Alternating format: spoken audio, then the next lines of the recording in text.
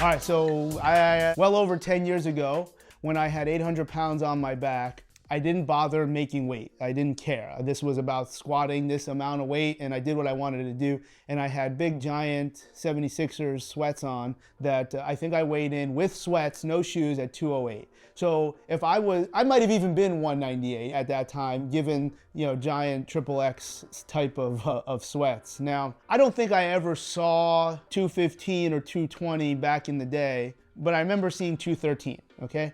And I'd say I got down to, because right before I went to MARSOC, Thomas Phillips and I wanted to do something together where we were going to do a powerlifting meet, and we were both going to try to make 165. And I was on target. I got down to 177, and then he said, forget it. So I know I was 177, and for the last probably 3 to 4 weeks at the time of filming this, I'm bouncing between 175 and 177. So I'm pretty much the lightest I've been in my adult life. Now, what's the big difference? Look, truth be told, the moment you get divorced, your eating habits are definitely going to change. But over the years, due in no small part to Allie's advice, involvement, but also setting the environment and the culture of what you eat in the house, getting the results that you want is always going to be a significant role. So without getting into the specifics of how you do this, because everybody's a little bit different, if you go back, we've talked about some of the concepts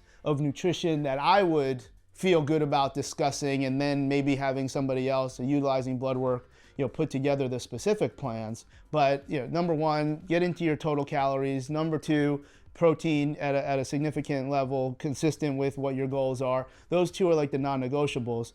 And then carbs and fats, since I'm training all the time, I try to keep carbs high, and my fats are what I call incidental. So I don't really eat anything except a little bit of avocado if somebody puts it on the salad or in the hamburger, but I don't have anything that's specifically a fat. Okay, the fat is all incidental, whether it's part of the carbs. I do eat bread and bagels just because of lifestyle. They're easy to eat, so there's going to be fat in that. And then, of course, even the leanest of meats will have fat. So that's just incidental. That's how I eat. That's not that important. But when you're doing things the right way in your training, what'll happen is you're going to wind up getting calories low to simply drop weight. Hopefully, you're dropping more fat than muscle. So you have this line here is your calories and your weight, and you're going to try to create this action so that you're creating this deficit. These are words that I'm sure everybody hears about. But then what happens is at some point, and look, doesn't have to be this, it can be up and down, and then all of a sudden you get to here,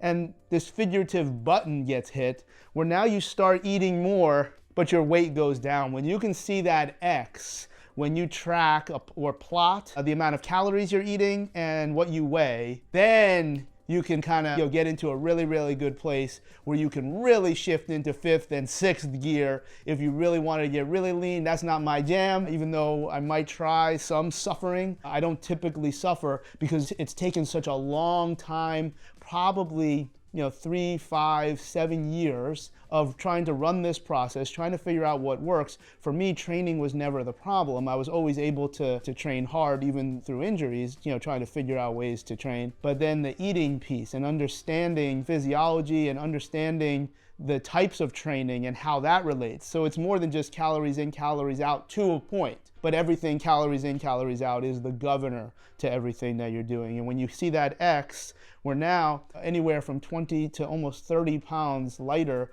than I was at the height of putting big wheels on my back. I'm actually, say 20 pounds lighter, but I'm able to eat like sometimes 1,000 calories more than what I used to eat, at least even during the time of my tracking.